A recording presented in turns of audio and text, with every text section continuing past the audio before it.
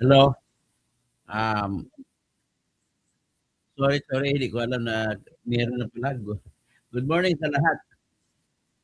Naka-on na pala ako. So anyway, ang ating pag-usapan, sorry, kumain ako sa harap niyo. Kumain ako ng papaya. Sorry. So anyway, bago ang lahat, allow me to, payagan niyo muna ako na matugtog muna ako ng aking channel ID.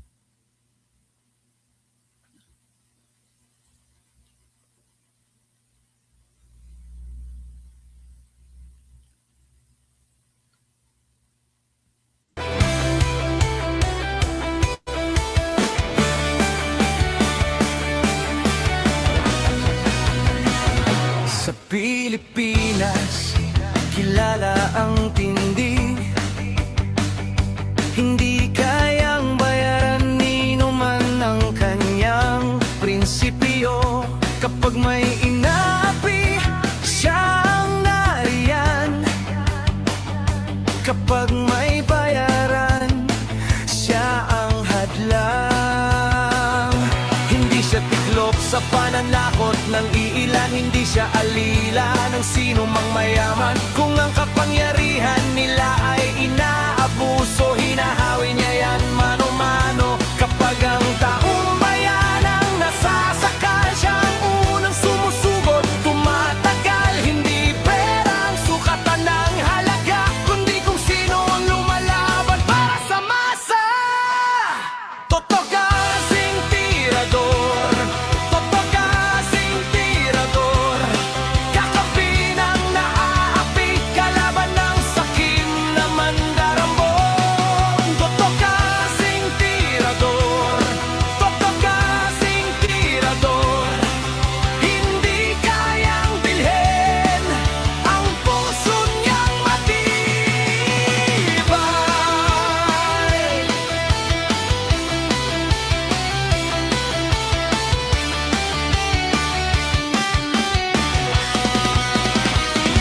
Mga magnanakaw sa pondo ng bayan, nanginginig kapag siya ang nandyan. Bawat piso, bawat sentimo, kailangang sagutin sa mata ng tao. Walang ngiti para sa mandarambong walang pwesto, para sa sumisipsip kapag ang hustisya ang pinag-uusapan. Siya ang bantay sa gitna ng laban. Kung may nilulunod ang kasinungalingan, siya ang boses na hindi tatahimik. Sa bawat galaw ng mapagsamantala may salubong na paninindigan niya. Totoo kasing tirador, totoo kasing tirador, kakampi ng naaapi, kalaban ng sakit na buwaya. Totoo kasing tirador, totoo kasing tirador, hindi kayang bilhin ang puso niyang matibay. Hindi lahat ng malakas ay tama, hindi lahat ng tahimik ay duwag. Kapag ang bayan ang pinagkakaitan, siya ang unang humaharap.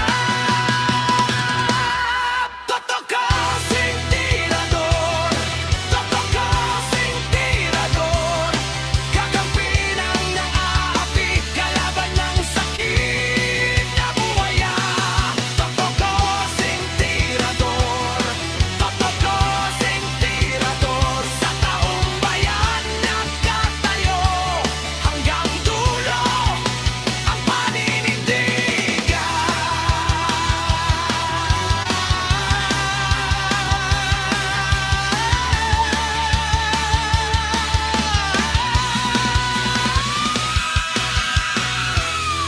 Hello, magandang umaga, Yerel Linas, at magandang tanghali pala. Kay Lynn Dueñas, tapos kay Honda Vega, tapos kay Noel. Good morning. Ito, good noon na. Kay, sino pa? Si Samuel Monino. Good morning, Dr. Kasing. Shout out from Ormoc. Ormoc City. Maayong udto sa inyo, diha. Kay Romel Bengson. Naimbag malim na, Romel. Tapos, ito, ang pag-usapan natin ay just to guide you kung ano ang expectation natin mamaya. So, Nomhar, present from Zambo City. Buenas tardes, Nomhar. A todos Sambueños. Okay, ito na po tayo. Ang pag-usapan natin, ano ba mangyayari mamaya 2:00 po simula ang pangatlong araw ng impeachment. Nais ko lang muna idiin na yung impeachment na ito ay matagal matatapos. Ano ang aking basihan sa pagsasabi? Nakaunang testigo pa lamang tayo na ang testigo ay isang NBI agent na wala namang alam kung ano ang nangyari. Umimbestiga lang siya. Tapos, ang purpose lang pala, ang pakay ng pag-presenta sa kanya, ang ginagawa ng grupo nila ni Luistro sa pamamagitan ni Attorney Ligutan ay maitatanggap lang ng Senado ang tinatawag na video kung saan daw ay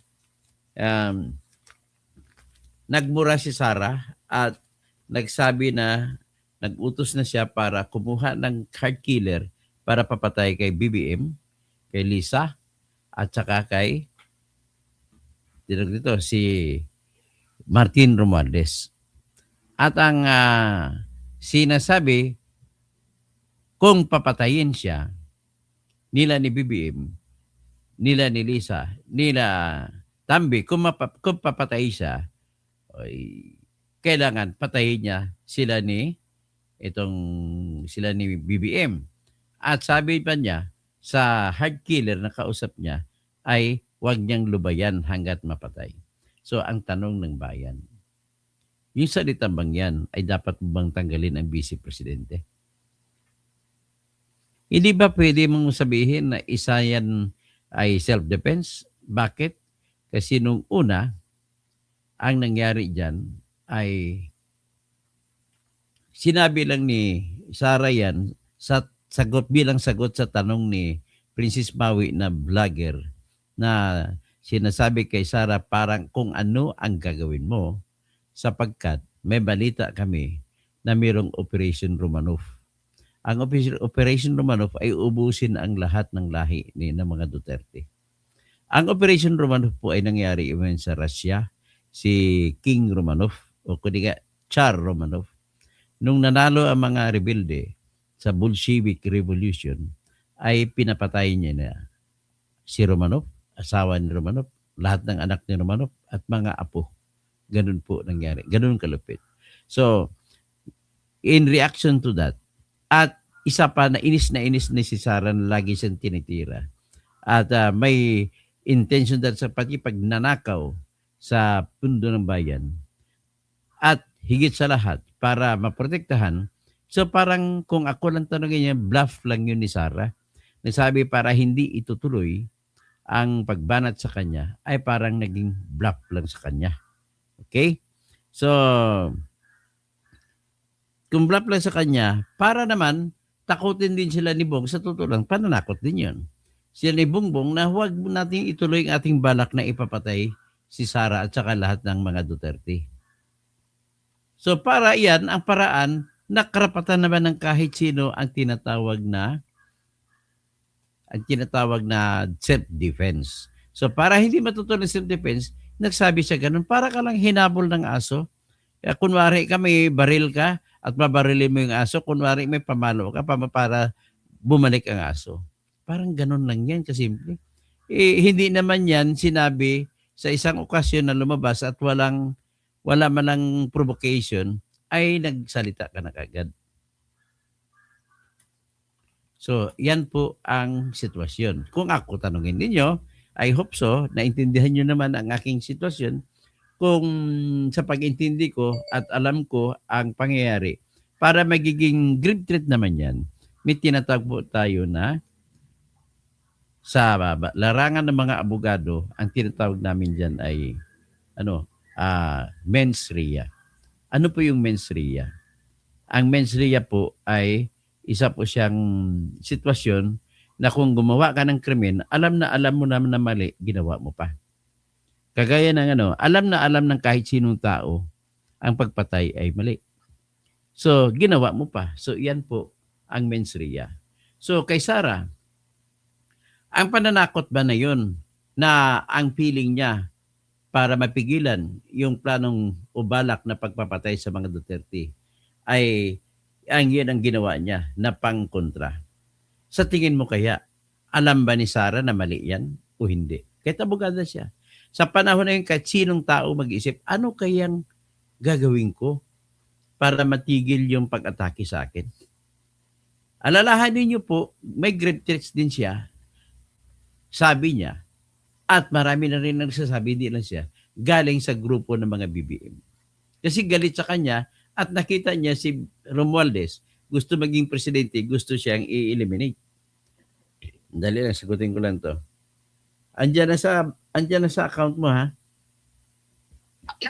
Andiyan sa account mo, nagbablog kasi ako. Naka-vlog ka na? Oo. Andiyan ang 10,000 sa iyong BPA, ha? Sabi ni ito, yung technician. Hindi na, mamaya na lang. Ang alin yung? Ito na yung technician eh. Oh, yan. Ipagawa mo na. Bilisan mo kasi alas 2 alis tayo. Sige, okay.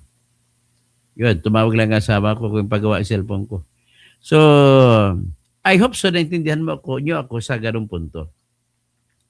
Ang ibig sabihin po, magiging masama yon kay Sarah kung walang pinag-umpisahan. So, alam ba ninyo ang kwento? Alam mo ang pinagdaanan? Ganun po yun ang tanong dyan.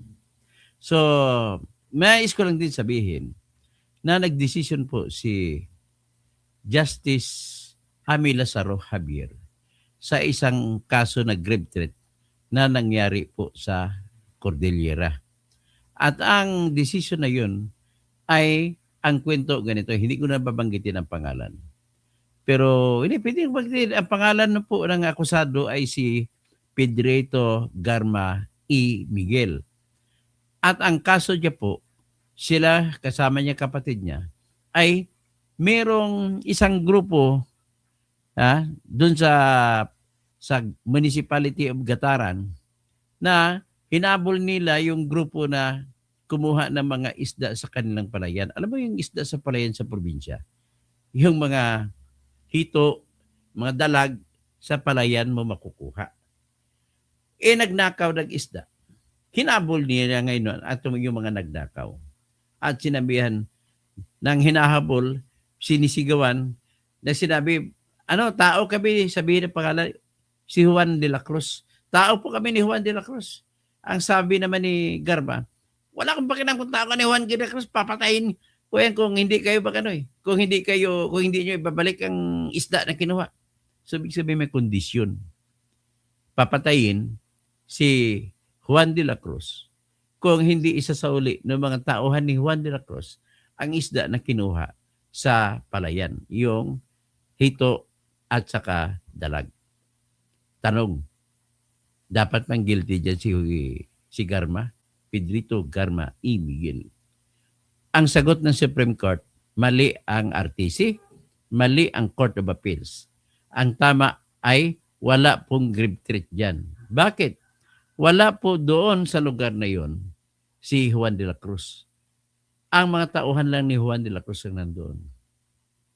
Pangalawa, binanggit ni Pedrito Miguel yun sa kanyang paghabol out of sudden burst of emotion. So, walang mens rea, walang intention na gumawa ng krimen na grave threat. Binabanggit na lamang yun para hopefully isauli ang mga hito at dalag na kinuha sa palayan. So, decision ng Supreme Court, walang grave threat. In the same manner, ganoon din kay Sarah. Ang kay Sarah naman, ang ginawa niya para maidepensa niya yung sarili niya at lahat ng bungang ka ng Duterte laban sa Operation Romanov ay nag-hire na ako, umupa na ako ng killer at papatayin kayo kung ako ay patay na. Unang-una bes, na tanong, Attorney Duming Cayusa, sabi niya, mali daw yung ginawa ni Sara Duterte kasi Vice President siya. At si Vice President ang magiging presidente. Duming Cayusa, abogado ka pero hindi mo ginagamit pag-abogado mo. Tanungin natin, paano maging presidente si Sara kung patay na siya? Kasi mangyayari ang pagpatay kung patay na si Sara. Think of your head. Nasisira ang reputasyon mo bilang IBP president ka dati. So, yan ang una kong gustong sabihin. So, na ngayon, ang may diskarte na naman ngayon, at ipakita ko muna sa inyo siguro kung ano, yung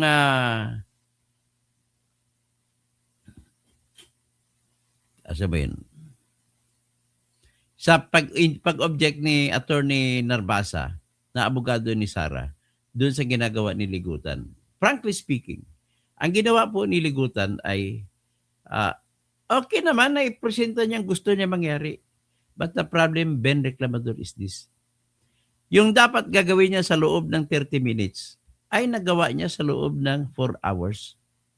Mula alas 2 ng hapon hanggang alas 6 ng hapon. Natapos yung paglilitis. Saka pa lang niya natapos ang kanyang direct examination kung tawagin ng mga abogado.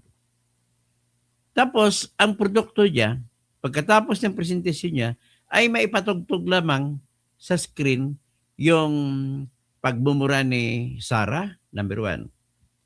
Number 2, yung press con ni Sara noong October 18, 2024, na sabing gurgurin ko ng ulo ni BBM. Press con yun. Pagkatapos, dun sa press con na rin yun, binanggit niya kung ako, pag hindi pa kayo titigil dyan, may kondisyon kung hindi kayo titigil dyan, pupunta ako sa Libigan ng Bayani, kukunin ko katawan ng tatay nyo at itapon sa West Philippine Sea. So, let you be the judge. Yung ganun ba, kung kasalanan man ay sapat ba tanggalin natin sa pwesto si Sara Duterte? Yun ang tanong dito. Yan ang pinag-usapan sa ngayon at iyon yung pang-apat na artikulo for impeachment laban kay Sara Duterte. So, salam, Gerson Guartico. Alam mo sir, yung abogado ng kalaban ay alam niya kasi abogado yan eh. Kaso malaki ang bayad. Hindi natin pag-usapan ang bayad. Ang importante lang, which is clear, no one can debate against me if I say that a job that can be done only in 30 minutes was done by Ligutan in 4 hours. That is reprehensible. You are spending the time of the Senate. Dapat iparefund kay Ligutan ang gasto sa portion na yun na 3 hours. Pagbigyan natin siya 1 hour matapos niya. Bakit it took him 4 hours to finish the job? Wala pala siya eh. Ngayon, yung objections laban sa kanya, natural yun kapag ikaw ay nagkamali ng pagtatanong. May batas po, abogado. Yeah. How are you? I'm Star. Yeah, star again. Star. Yes, star again. And I am. And then you look like Superman. Okay, ay ang apo ko. One of the reasons kung bakit ako nabuhay sa mundo, siyempre mga apo natin. So, yan po, ipapakita ko ngayon ang preliminary, ang isa pang i-call out ko rito, bakit yung si Kapunan, Lorna Kapunan, na nagpangharap na rin kami nito 2 beses. Kinasuhan niya ako ng 2 beses nang dahil client niya po si Janet Dapoles. Kinasuhan niya ako ng disbarment at kinasuhan din ako ni Kapunan ng libel. Anong nangyari? Basura lahat ng kaso niya. Inaprubahan pa ng Supreme Court ang pagbasura ng kasong disbarment laban sa akin. So, 2 beses kami nagharap ni Kapunan, wala rin mga argumento niyan eh. Umaasa lang sa kanya mga tauhan. So, do not believe in her. She is just an overstated woman. Ino-overstate niya ang kanyang kagalingan. Kagaya rin kay Ligutan, nagpapa-impress sa mga hindi po abogado, maraming nabibilib, aminin ko sa iyo, maraming nabibilib kay Ligutan. may mga padrama-drama pa siya, pero the truth of the matter is, walang laman ang kanyang mga salita. Ang pinag-usapan po, paano magiging guilty si Sarah sa sinasabi ninyong grave threats na 3 counts at yung sinasabi ninyong inciting to sedition 1 count. So, yan po ang tanong dyan. So far, ang gusto lamang pala niya mangyari, ipatugtog yung videos na kung saan ay si Sarah ang bida. Nagawa, ang dami-daming tanong. Halimbawa, ganito.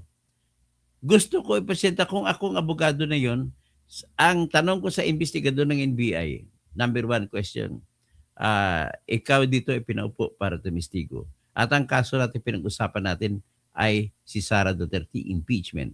At pinatawag ka dahil sa mga videos na inimbestigahan mo.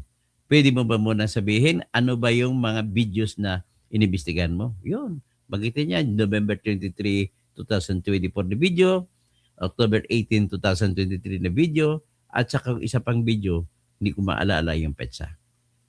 Tatlong video pala. Next ko na question. Aling sa mga video na yan, ang naimbestigahan mo na nakita mo na si Sarah na salita? O sasabihin ngayon ng NBI dyan, lahat po nagsalita. Ngayon, sunod na tanong niya. Pag-usapan natin ang November 23, 2024 na video. Anong, sa unang impression mo, kung maalala mo, ano ang sinasabi ni Sarah dyan na hindi mo makakalimutan? Yan. Siyempre, 2 hours yun. So, kailangan specific ka magtanong. So, hindi makalimutan. Ano yan? Siyempre, patatalim sa utak ng NBI agent. Ayon po yung yung sabi niya mag-uupa siya ng isang killer para ipapatay si BBM, si Lisa, at saka si Tambaluslos kung siya ay papatayin. Okay. So, pwede ba, Your Honors? Ganun lang. Pwede ba nating patugtugin yung portion na yun na sinasabi ng video na kung saan ay si Sarah ay nagsasalita na siya ay nakakuha na ng killer na papatay kay BBM, kay Lisa, at saka kay Tambaluslos kung siya ay papatayin. Ipatugtog na kagad. Ang dali, di ba? Ilang 1 minute lang, ipatugtog na. Pagpatugtog, tapos na. Pagkatapos yan, alin yung pangalawang video na ba pag-usapan natin? Gaano kahaba ba yan? Mahaba po, ganito. Ano bang sustansya ng sinabi ni Sarah dyan sa pangalawang video? Kung ako siligutan. Tapos sasagot nga ng BI, ito po, maalala niyo siyempre siya, nag-investigate Ito po, sinabi niya, gurgurin daw niya, na naginip daw siya na, ang tawag niya, pinuputulan niyang liig ni BBM. Pwede bang ipatugtog mo? Pagpatugtog, in 5 minutes, tapos. Sunod, pangatlong video. Ano naman ang sinabi ni Sarah dyan na tumatak sa isip mo? Ito po, ganito po. I-play natin video. Tapos! Ilang minuto ba? 10 minutes lang, tapos na. Yun na naman ang gusto niyo mangyari. Mayong adto. Ivan Servo, di hasta kurong. So, kaya ang nangyayari dito, ang mga abogado pa naman, nais ko lang sabihin sa inyo, karamihan mga abogado sa mga malalaking law firm daw, isama mo na rin ito siligutan, naniningin sa mga kliyente per hours, per ora. Ibig sabihin, kung nagbabayad sila ni Luistro kay ligutan, sinisingil niya ngayon per hour. Sisingil niya 1,000 per hour. So, inabot ang 4 na oras, 4,000 ang babayad. Whereas, kung isang tanungan na ganun, modelo na ginawa ko, kung susundin niya, ay wala pang 30 minutes, kahit 1 oras, babayaran mo sa 1 hour. Did you get what I mean? Anong purpose lang? Ipatugtog lang yun. Wala na. Hayaan mo na kung ano sinabi ni Sarah, you are not allowed to make your own opinions, Mr. Witness, because opinions are not facts. The court here are only concerned of what really happened. And it is up to the court to decide and make opinions out of the facts established. Ang nangyari dito, ginawa ni Ligutan, ay sa inimbestiga mo na mga video, nariyan ba yan, narinig mo ba? O paano ba, ano ang masasabi mo sa ganitong akusasyon na sinabi ni Sarah na nakaupa na ako ng killer at napapatay kay na BBM, kay Lisa, kay Tambaluslos, at gagawin niya yon ng killer pag ako'y pinatay. Biro mo magtatanong sa isa-isa muna bago niya hingiin na i-play. Di waste of time, pero ang purpose nila doon ay para lamang marinig ng tao. Ang problema lang, tama ba yun? Tama ba yun sa punto de vista na pera ang binabayaran sa'yo per ora ka? Number 2, tama ba yun na alam naman ng tao, nakikita na ng tao sa ano yun, sa internet? In other words, inubos yung oras ng impeachment court para naman sana mailaan na sa ibang testigo. At saka kung ako ay naging abogado, hindi ko po ginagamit na testigo ang investigador. Kasi unang-una nag-investigate lang siya. Wala naman siya doon sa pangyayari. Ang hinahanap natin dito, ano ba talaga ang nangyari? Hindi kung ano ang opinion mo. Makikita mo rito, ang kanilang gusto ay magdadrama sila sa harap ng tao para paniwalaan sila. Kagaya nito kay Luistro. Gumawa siya ng tinatawag ko na declamation. At ang sinabi niya ay, anong gagawin? Ito, si Sarah, kung yung OFW natin ay nagpapadala ng pera dito, anong kinalaman ni Sarah sa OFW? May sinabi, mayroong tesorero sa barangay, nagdakaw ng 20,000, kinulong. Ang tawag dyan, appeal to emotion. Lahat po ginagawa dyan, appeal to, tama ka, Arko, appeal to emotion sila. Ganon lahat ang ginagawa nila. At nag-hire po sila Federico Balanon.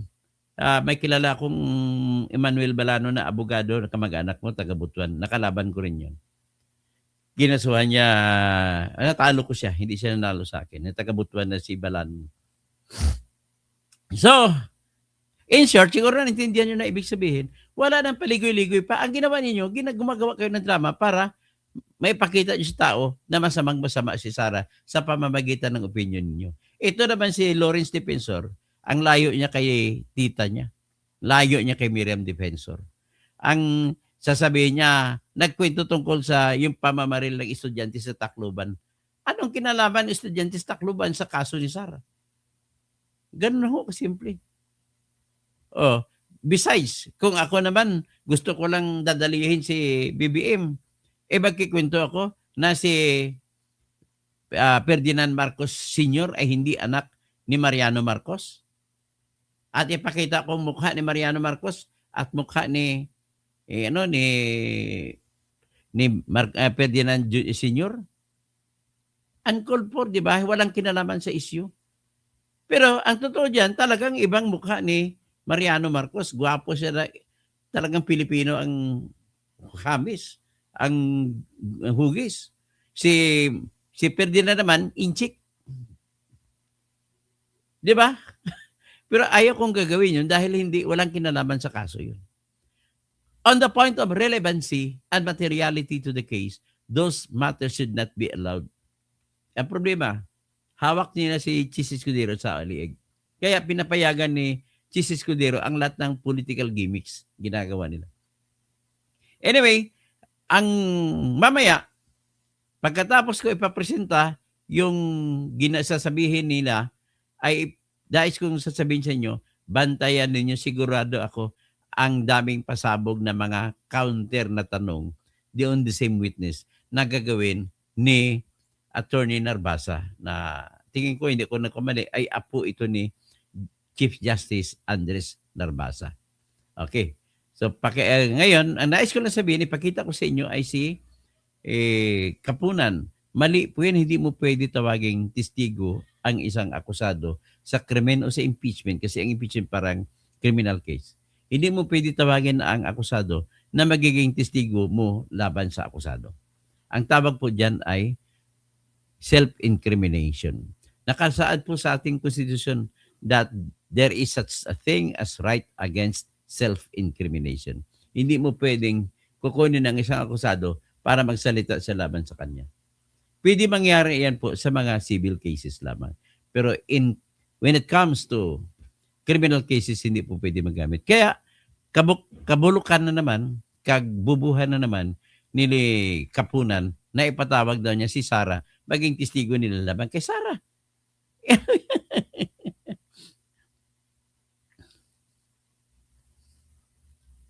O may photocopy issue pa yan, hindi ko napapansin. Marami siyang problema si Ligutan.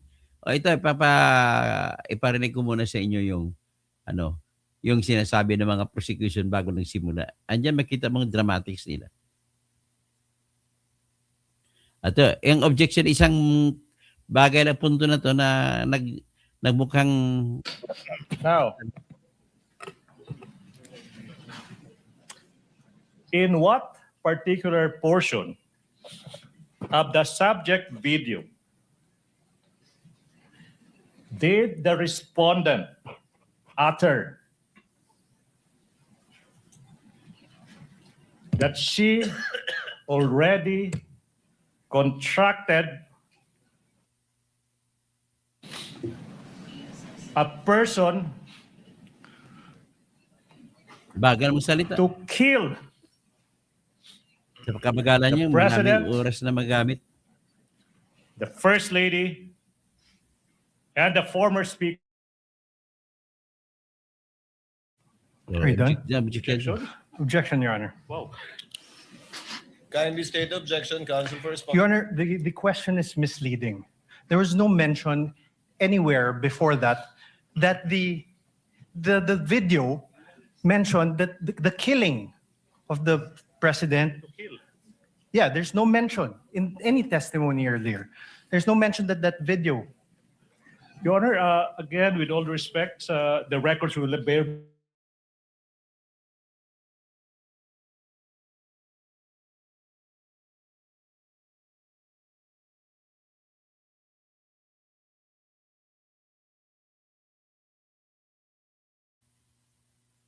Ang may problema kay Ligutan, nag-assume na siya na binanggit. Dapat step by step ang tanong niya. Ang sinabi ko kanina, kung ako siya, o ano ba ang laman ng video, tatlong video, sinabi mo, pag-usapan natin ang first video. Ano bang laman ng first video? Ganun lang siya.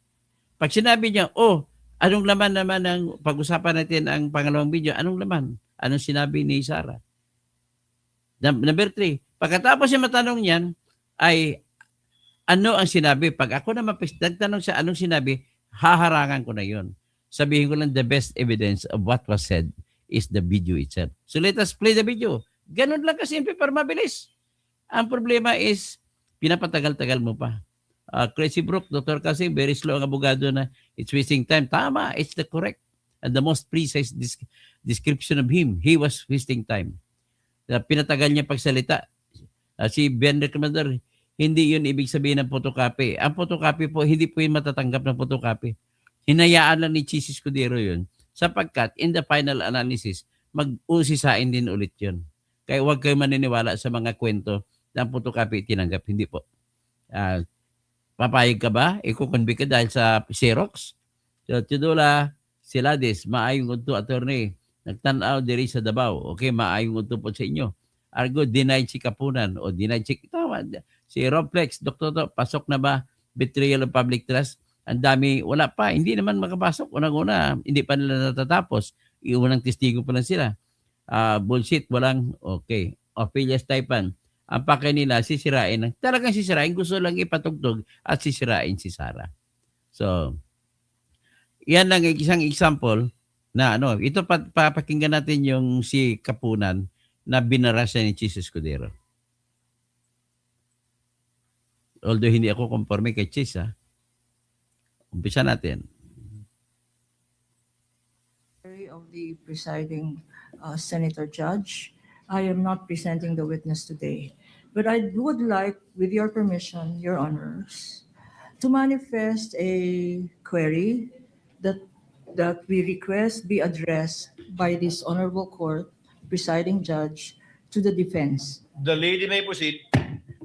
We are informed, and in fact, we have seen an interview conducted in the Senate premises on the vice itself, and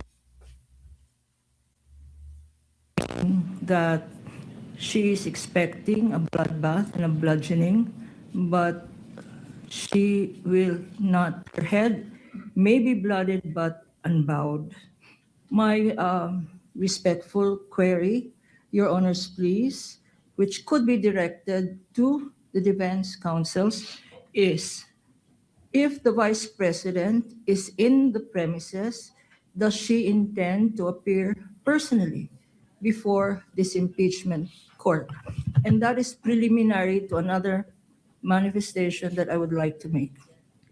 Your Kindly Honor's pleas. proceed with your next one, counsel.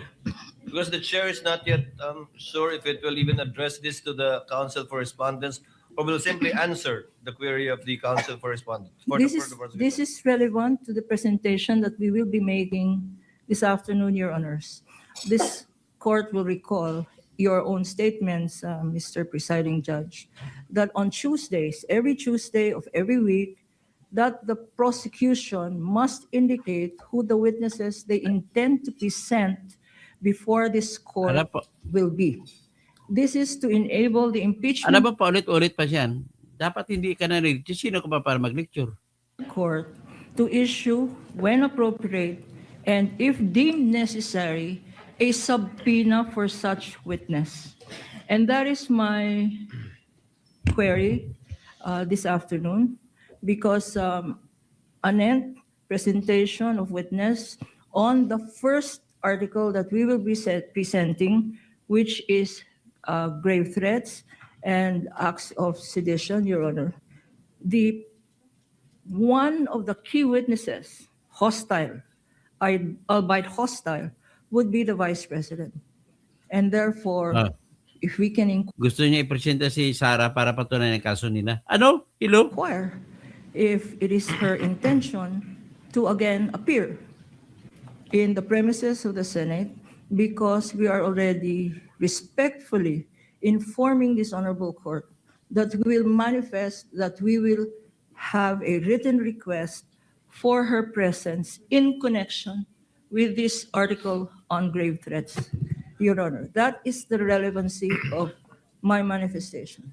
The chair would like to rule on the manifestation and request of the counsel for prosecutors instead of throwing the question to the counsel for respondents, for the simple reason that I do not want to, the parties to engage in a debate before this court. You can very well do that with the presentation of your witness through direct and cross-examination, redirect and recross.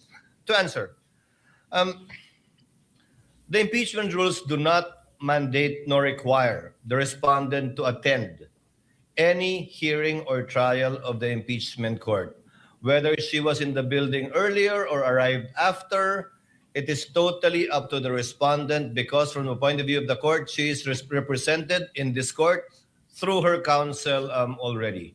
Should the counsel for the prosecutors desire to call the respondent herself, the court will act on that motion and request once it is made and or filed, and need not make a ruling at this point in time. Because of course, when that motion is made, we will ask the counsel for respondent to make a comment and or reply. Thank you, Sir Presiding Judge, Justice, Senator Judge. We yield to the wisdom of your decision. Thank you, ma'am. With that, we will reserve the right. We are not waiving the right to do call her at the appropriate time and to do file the appropriate request for subpoena ducis tecum and subpoena testificandum. For that, on that matter, Your Honor, I have no further questions and would like to turn over the floor to our Ayan, hanggang dyan lang muna tayo.